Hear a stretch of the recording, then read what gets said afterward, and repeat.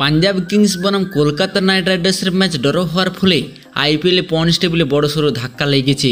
এই draw match Punjab, Bengaluru ও গুজরাটের জন্য সুখবর এনে দিয়েছে, আবার কলকাতা, হায়দ্রাবাদ ও চেন্নাইয়ের জন্য সমস্যা আরও বাড়িয়ে দিয়েছে। প্লে অফে দৌড়ে তিনটি দলের জায়গা মোটামুটি নিশ্চিত হয়ে গেছে, আর তিনটি দল কার্যত টুর্নামেন্ট থেকে ছিটকে গেছে। এটাই ছিল এই আইপিএল মৌসুমের প্রথম ম্যাচ, যা বৃষ্টির কারণে সম্পূর্ণ না হওয়ায় ড্র হয়েছে। পাঞ্জাব কিংস প্রথমে ব্যাট করে 200 রানেরও বেশি রান করেছিল, কিন্তু কেকেআর মাত্র 1 ওভার ব্যাট করতে পেরেছিল। ফলাফল হিসেবে ম্যাচটি ড্র হয়। এর ফলে পয়েন্টস টেবিলে এক প্রকার বিশৃঙ্খলা তৈরি হয়েছে। পাঞ্জাব কিংসের জন্য এই ফলাফল খানিকটা স্বস্তির কারণ হয়েছে, কারণ ড্র হওয়ার তারা প্লে অফে দৌড়ে টিকে থাকার জন্য কিছুটা অক্সিজেন পেয়েছে। এখন তারা অনেক দলের ঘুম কেড়ে নিয়েছে, বিশেষ করে royal Challenger Bengaluru, Delhi Capitals এবং গুজরাট টাইটান্সের।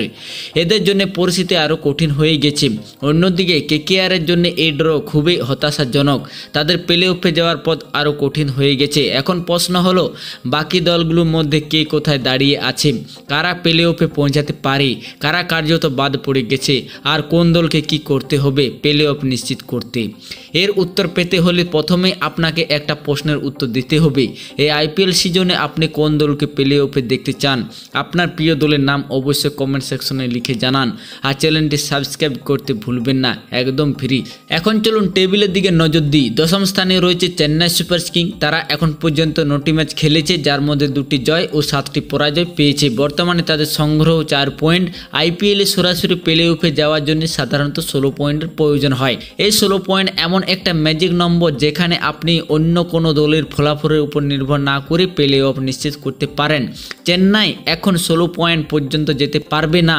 চেন্নাইয়ের হাতে এখনও 5টি ম্যাচ আছে। যদি তারা সবকটি ম্যাচ জিতে, তাহলেও তারা সর্বোচ্চ 14 পয়েন্টে পৌঁছাতে পারবে। এরপর তাদের ভাগ্য নির্ভর করবে অন্য দলের পারফরমেন্সের উপর। তাদের প্রার্থনা করতে হবে যাতে প্লে অফের জন্য শেষ চতুর্থ দলটিও 14 পয়েন্টে শেষ করে। সরাসরি বললে এখন তারা শুধু ম্যাথামেটিক্যাল প্লে অফে দৌড়ে আছে, বাস্তবে নয়, কারণ 5টি ম্যাচ টানা জয়লাভ করা কঠিন, এবং ধরে নিলেও রান রেটের হিসেব নিকেশ এক বিশাল প্রশ্নচিহ্ন। চেন্নাই সুপার কিংসের প্লে অফের দরজা প্রায় বন্ধ হয়ে গেছে।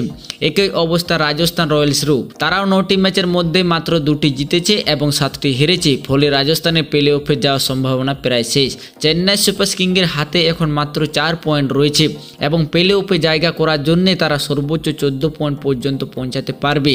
সেখান থেকেও প্লে অফে যেতে হলে তাদের অন্য দলের উপর নির্ভর করতে হবে। চেন্নাইয়ের মতোও তাদের আশা করতে হবে যে চতুর্থ স্থান দখল করা দলটি 14 পয়েন্টে থামবে, আর সেই জন্য তাদের বাকি থাকা 5টি ম্যাচের সবকটিতে জিততে হবে, যা বাস্তবে সম্ভব নয়। একই অবস্থা রাজস্থান রয়্যালসেরও। তাদেরও বাকি থাকা 5টি ম্যাচের সবকটিতে জয়ী হতে হবে, যা প্রায় অসম্ভবের কাছাকাছি। তাই তাদের পথও কার্যত বন্ধ হয়ে গেছে। পয়েন্টস টেবিলে 8ম স্থানে রয়েছে সানরাইজার হায়দ্রাবাদ। তারা এখন পর্যন্ত 9টি ম্যাচ খেলেছে, যার মধ্যে মাত্র 3টিতে জয় পেয়েছে এবং 6টি ম্যাচে পরাজিত হয়েছে। তাদের বর্তমান সংগ্রহ 6 পয়েন্ট। প্লে অফে যেতে হলে তাদেরও আরও 10 পয়েন্টের প্রয়োজন। তাদেরও 5টি ম্যাচ বাকি আছে। যদি তারা এই 5টি সবকটিতে জিতে, তবে তারা 16 পয়েন্টে পৌঁছাতে পারবে, এবং তখন তারা অন্য কোনো দলের উপর নির্ভর না করে সরাসরি প্লে অফে জায়গা করে নিতে পারবে। তবে বাস্তবে এই 5টি ম্যাচ টানা জয়ী হওয়া প্রায় অসম্ভব। তাই হায়দ্রাবাদের জন্য পথ খুব কঠিন হয়ে গেছে, এবং তারাও কেবল গাণিতিকভাবে টিকে আছে, বাস্তব কার্যত ছিটকে গেছে। পয়েন্ট টেবিলে 7ম স্থানে রয়েছে কলকাতা নাইট রাইডার্স। তারা 9টি ম্যাচ খেলেছে, যার মধ্যে মাত্র 1টি ম্যাচে জিতেছে, 5টি ম্যাচে হেরেছে এবং 1টি ম্যাচ ফলাফলহীন ড্র হয়েছে। তাদের সংগ্রহ 7 পয়েন্ট। হ্যাঁ, 7 পয়েন্ট থাকায় তাদের একটু হলো স্বস্তি হয়েছে, কারণ এই ম্যাচটি প্রায় হারের দিকে এগোচ্ছিল। তবে ড্র হওয়ায় অন্তত একটা পয়েন্ট পেয়েছে।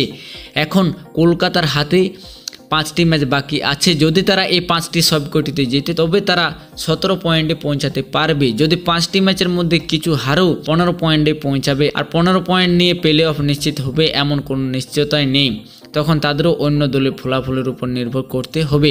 অতএব শর্ত একটাই, বাকি 5টি ম্যাচের সবকটিতে জয়ী হতে হবে, যা খুব একটা সম্ভব বলে মনে হচ্ছে না। উপরন্তু কলকাতা পরবর্তী ম্যাচ দিল্লি ক্যাপিটালসের বিরুদ্ধে, যারা পয়েন্ট টেবিলে শীর্ষ দলের একটি, তাই কালকের ম্যাচটি কলকাতার জন্য অত্যন্ত গুরুত্বপূর্ণ ছিল। কিন্তু এই ড্র তাদের অবস্থা আরও কঠিন করে দিয়েছে। এখন তাদের প্রতিটি ম্যাচ কার্যত ডু অর ডাই হয়ে দাঁড়িয়েছে। পয়েন্টস টেবিলে ষষ্ঠ স্থানে রয়েছে লখনৌ সুপার জায়ান্টস। তারা এখন পর্যন্ত 9টি ম্যাচ খেলেছে, যার মধ্যে 5টি ম্যাচে জয় পেয়েছে এবং 4টি ম্যাচে পরাজিত হয়েছে। বর্তমানে তাদের সংগ্রহ 10 পয়েন্ট। প্লে অফের নিশ্চিত জায়গা করার জন্য তাদের আরও 6 পয়েন্টের প্রয়োজন, অর্থাৎ 3টি ম্যাচে জয় পেতে হবে। লখনৌর হাতে এখনও 5টি ম্যাচ বাকি আছে। যদি তারা বাকি 5টির মধ্যে 3টি ম্যাচ জিতে তবে তারা প্রায় নিশ্চিতভাবে প্লে অফে জায়গা করে নেবে। 5 ম্যাচের মধ্যে 3টি জেতার সম্ভাবনা একটি মাঝারি ধরনের পথ হিসেবে দেখা যাচ্ছে। এটি হতে পারে কিংবা নাও হতে পারে। ঠিক তেমনই পরিস্থিতি পয়েন্টস টেবিলে 5ম স্থানে এসেছে মুম্বাই ইন্ডিয়ান্স। তারা এখন পর্যন্ত 9টি ম্যাচ খেলেছে, যার মধ্যে 5টি জিতেছে এবং 4টি হেরেছে। তাদের পয়েন্ট 10, যার ফলে তারা 5ম স্থানে চলে এসেছে। পাঞ্জাব কিংসের ড্র তাদের একটি স্থান নিচে নেমে গেছে। এখানে মুম্বাই ইন্ডিয়ান্সকে প্লে অফে পৌঁছাতে হলে আরও 3টি ম্যাচে জিততে হবে, অর্থাৎ তাদের আরও 6 পয়েন্টের প্রয়োজন। তাদের হাতে এখনও 5টি ম্যাচ বাকি আছে, তাই 5-এর মধ্যে 3টি জেতা তাদের জন্য একটু সহজ পথ মনে হচ্ছে, কারণ তারা এখন পর্যন্ত 4টি ম্যাচে টানা জয়লাভ করেছে। তাই বলা যেতে পারে যে মুম্বাইয়ের জন্য কিছুটা পথ সহজ হয়ে যাচ্ছে, তবে এটি এখনও কিছুটা জটিল হতে পারে। পয়েন্টস টেবিলে 4র্থ স্থানে রয়েছে পাঞ্জাব কিংস। তারা 9টি ম্যাচের মধ্যে 5টি জিতেছে, 3টি হারিয়েছে এবং 1টি ম্যাচ ফলাফলহীন ড্র হয়েছে।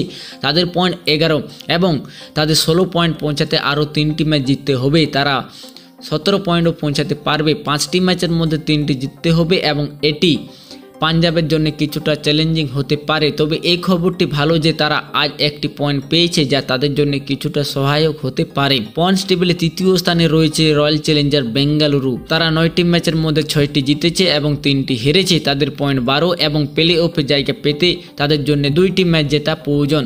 তাদের হাতে এখনও 5টি ম্যাচ বাকি রয়েছে। এখন যদি তারা 2টি ম্যাচ জিতে তবে তারা 100% প্লে অফে চলে যাবে, অন্য কোনো দলের উপর নির্ভর না করে। এইভাবে বলা যায় বেঙ্গালুরুর জন্য পথটি বেশ সহজ। আজ 27শে এপ্রিল তাদের ম্যাচ হবে দিল্লি ক্যাপিটালসের বিরুদ্ধে, যারা পয়েন্টস টেবিলে 2য় স্থানে রয়েছে। তারা এখন পর্যন্ত 8টি ম্যাচ খেলেছে, 6টি জিতেছে এবং 2টি হারিয়েছে। তাদের পয়েন্ট 12 এবং তাদের জন্য প্লে অফে জায়গা পেতে 2টি ম্যাচ জেতা প্রয়োজন। তারা এখনও 6টি ম্যাচ খেলবে এবং যদি তারা 2টি ম্যাচ জিতে তবে তারা 100% প্লে অফে চলে যাবে। তাদের পথটিও বেশ সহজ মনে হচ্ছে। এখন দিল্লি ক্যাপিটালস বনাম রয়্যাল চ্যালেঞ্জার বেঙ্গালুরুর মধ্যে দেখার বিষয় হলো কে জিতে এবং শীর্ষ স্থানে চলে আসে। তার প্রথম স্থানে রয়েছে গুজরাট টাইটান্স। তারা 8টি ম্যাচের মধ্যে 6টি জিতেছে এবং 2টি হারিয়েছে। তাদের পয়েন্ট 12 এবং তাদের নেট রান রেটও অনেক ভালো। গুজরাট টাইটান্সকে প্লে অফে পৌঁছাতে এখন শুধু 2টি ম্যাচ জিততে হবে, যাতে তারা 16 পয়েন্টে পৌঁছাতে পারে। তাদের হাতে 6টি ম্যাচ বাকি রয়েছে, তাই তাদের জন্য এই পথটি খুব সহজ হবে। 28শে এপ্রিল তাদের ম্যাচ হবে রাজস্থান রয়্যালসের বিরুদ্ধে। তবে গুজরাট টাইটান্সের জন্য প্লে অফে স্থান প্রায় নিশ্চিত হয়ে গেছে। একইভাবে দিল্লি ক্যাপিটালসের প্লে অফে জায়গা পাকা হয়ে যাচ্ছে। তো এই ছিল আজকের ভিডিওটি যদি ভালো লেগে থাকে অবশ্যই একটি লাইক করবেন এবং চ্যানেলে নতুন হয়ে থাকলে চ্যানেলটি সাবস্ক্রাইব করে পাশে বেল আইকনটি অন করে দেবেন।